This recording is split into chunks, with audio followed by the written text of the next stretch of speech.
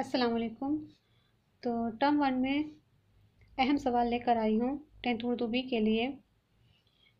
तो जल्दी से शुरू करते हैं। पहला सवाल है, नेकी और बदी में दुनिया को कौन सा बाज़ार कहा गया है? ए सस्ता बाज़ार, बी बड़ा बाज़ार। यहाँ पे मैं आपको सिर्फ 2 ही ऑप्शन दे रही हूँ, लेकिन आपके मेन एग्ज़ाम में आपको 4 ऑप्शन मिलेंगे। सवाल नंबर 2, इसमें साबका वाला अल्फाज कौन सा है? इस तरीके का सवाल भी आ सकता है। ये ज़रूरी नहीं कि साबका आपके ग्रामर में नहीं है तो नहीं पूछे, ये आ सकता है।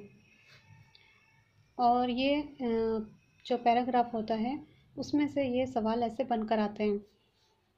इसमें साबका वाला अल्फाज कौन सा है? साबका कहते हैं जो पहले लगता है, किसी लफ्ज़ से पहले लगाया जाता है, और लाहिका किसी लफ्ज़ के बाद लगाया जाता है। ठीक है। ए बादल, बी बाअदब। आप अपने आंसर लगाते जाइए, लास्ट में मिला लीजिएगा। सवाल नंबर 3, फौज की जमा क्या होगी? ए अफवाज, बी फवाज।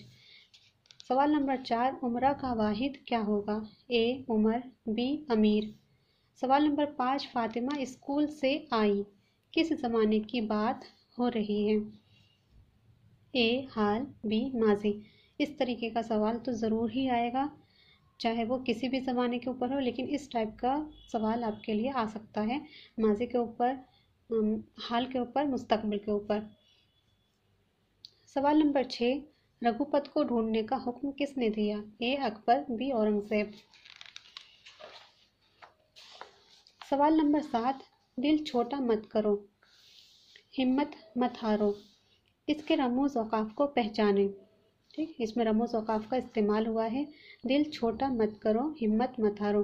एक ये है रमूज़ औक़ाफ़ और एक ये है। ये दोनों क्या है आपको बताना है। ए वावेन सख्ता, बी वक्फ़ा सख्ता। सवाल नंबर 8, लेंशो ने किससे मदद मांगी?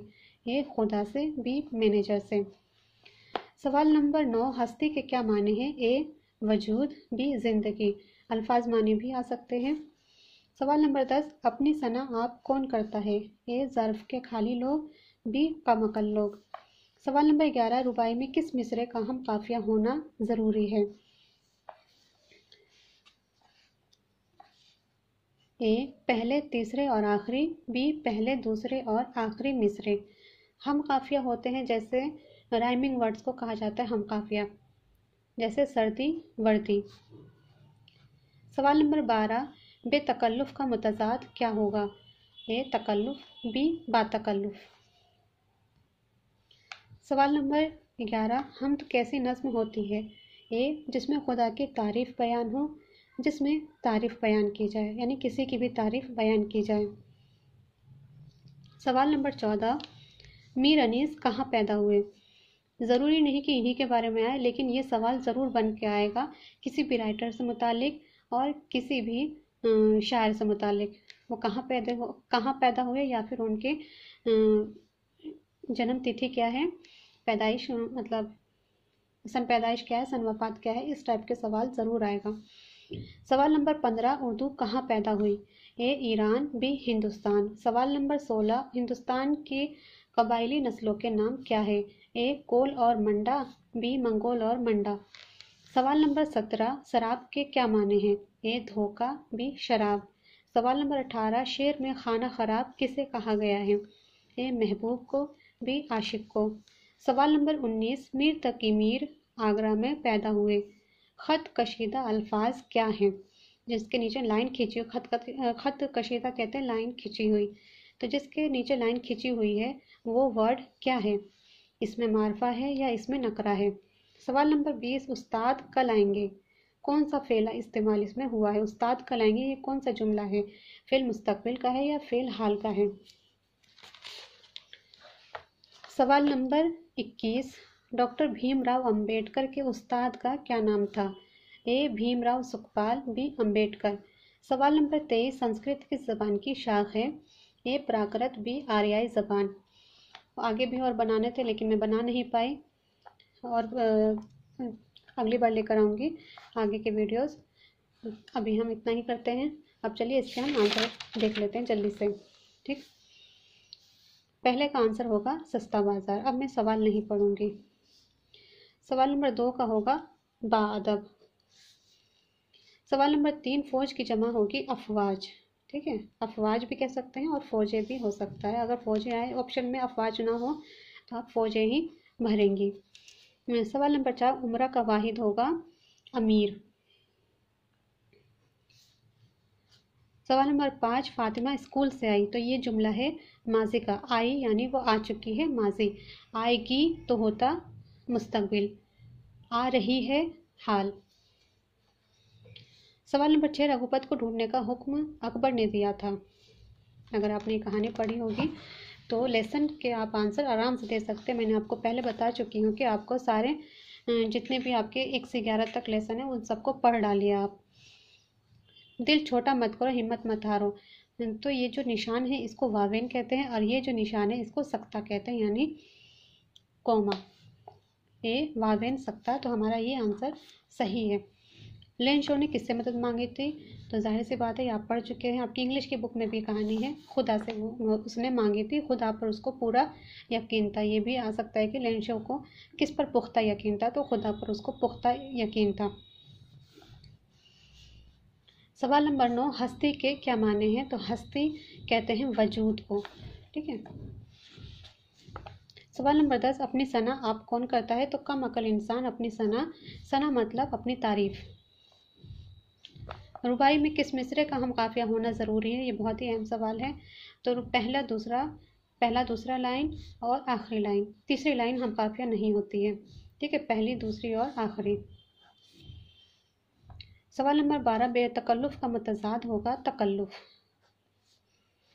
हम्द कैसी नज़्म होती है, तो हम्द वो नज़्म है जिसमें खुदा की तारीफ बयान की जाती है, सना बयान की जाती है।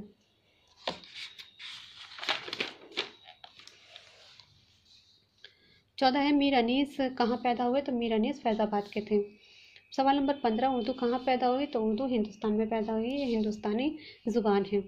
सवाल नंबर 16, हिंदुस्तान की कबायली नस्लों के नाम हैं कोल और मंडा, और ये तमिल और तेलुगु बोलते थे। ठीक है, याद रखिएगा, तमिल और तेलुगु इनकी ज़बान थी। सवाल नंबर 17, शराब के क्या माने हैं, तो शराब के माने होता है धोखा, फरेब, झूठ। सवाल नंबर 18, शेर में खाना खराब आशिक को कहा गया है। सवाल नंबर 19, मीर तकी मीर और आगरा, ये जो है वो है इसमें मारफा। मीर तकी मीर एक शख्स का नाम है। मैंने ये बता दिया है कि जितने भी नाम होंगे, किसी का भी नाम, किसी भी इंसान का नाम होगा वो मारफा में ही काउंट होगा, चाहे वो हामिद हो, साजिद हो, फातिमा हो, कोई भी नाम हो। ठीक है, नाम हमेशा इसमें मारफा ही होता है। और आगरा जो भी जगह का नाम होगा, नाम जिसको भी मिल जाए। ठीक है, जगह जैसे आगरा, दिल्ली, ये सब शहरों के नाम हैं, ये इनका स्पेशल नाम है, और किसी जगह का ये नाम नहीं है, तो ये इसमें मारफा में ही काउंट होगा।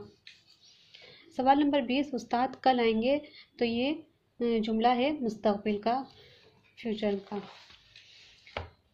डॉक्टर भीमराव अम्बेडकर के उस्ताद का नाम था अम्बेडकर, इसी के हवाले से उन्होंने अपने नाम में अम्बेडकर नाम इस्तेमाल किया था, क्योंकि उन्हें अपने उस्ताद से बेहद लगाव था, बहुत ही ज़्यादा उनकी इज्जत करते थे भीमराव।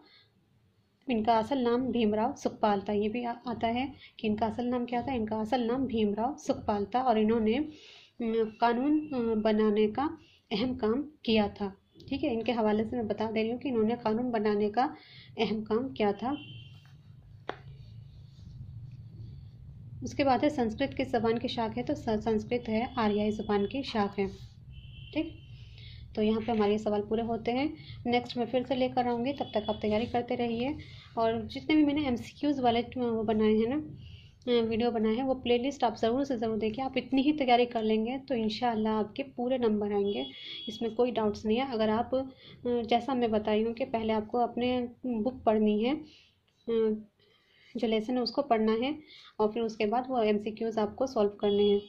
ठीक है, और ग्रामर तो मैंने समझा ही दिया है, और भी लेकर आऊँगी वीडियो, तो आप टेंशन ना लें, अपनी तैयारी करते रहिए, इंशाल्लाह सभी कामयाब होंगे इसमें। अल्लाह हाफिज़, शुक्रिया।